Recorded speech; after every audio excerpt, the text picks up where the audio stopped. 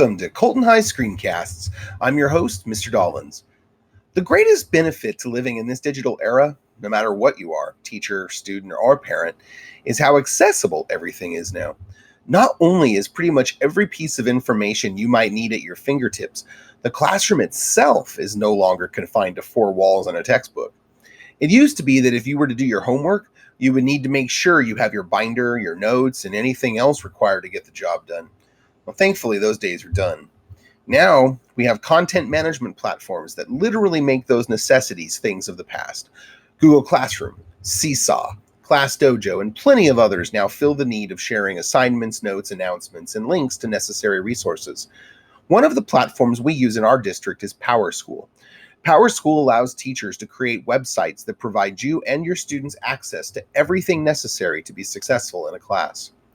This screencast will show you how to access the PowerSchool sites your student uses in order to navigate and see just how to support them. So, let's get started.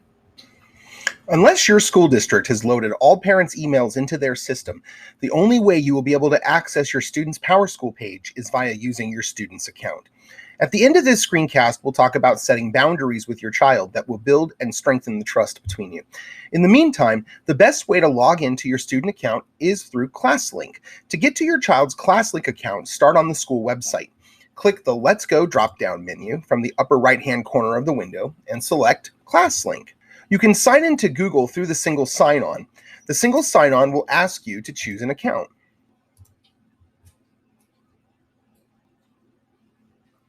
If your child's account is not on the list, click Use Another Account. All you'll have to do is enter your kid's school email address and password. Before doing this, make sure to ask them for this information. Once you are in ClassLink, you will see that it is like the app deck on your cell phone. There are a number of icons for all the different apps available for your child to use through the district. Here is PowerSchool. Click on this, and you will be prompted to log in. After selecting your kid's account, you will go into their PowerSchool portal.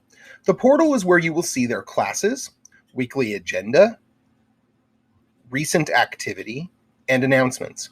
Read through those to see what is important to know. Then, if you want to dig deeper, select the class you wish to view. I used to teach film studies, so I've added that class to this student's profile with their parents' permission to show you what a normal class might look like. If the teacher has made any announcements, they will immediately pop up as you log in. Once you've read the announcement, click OK. The rest of the site is set up like a normal website. Along the top of the page, you can go back to the student portal or toggle between classes. On the left-hand side, there are links to all of the pages on this particular site. And in this top row, you can access the class calendar, any messages, and activities in order to see what's up and coming.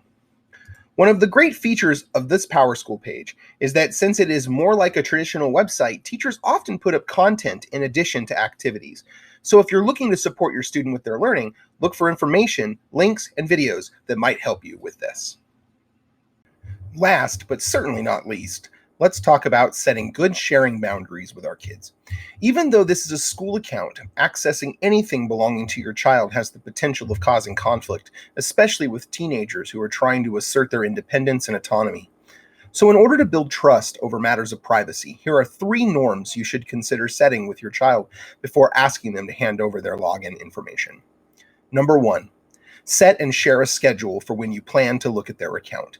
Always let them know when you plan to do this. Do not make this a gotcha situation where they think you are trying to catch them doing something irresponsible. All that will do is encourage hiding things and other passive-aggressive behaviors. 2, agree to the level of your access. Are you only going to be looking at assignment management platforms like PowerSchool or Google Classroom, or do you also need to dig into their Google Drive in order to read their documents? Let your kid tell you what they are comfortable with. If they have voice in this, they are more likely to work with you. 3, ask, don't judge. If you see something that sets off alarms in your head, ask about it. Perhaps keep a notepad with you as you look at your student's account so you can jot down the questions that pop into your head as you read. This way, when you talk to them about it, you can ask them to reflect on the things about which you are concerned instead of jumping to conclusions. There might even be a good explanation that calms your nerves. Thank you for joining me for this episode of Colton High Screencasts. If you like what you're seeing on this channel, please make sure to subscribe so you can be updated for new content. So until next time, I'm Mr. Dollins.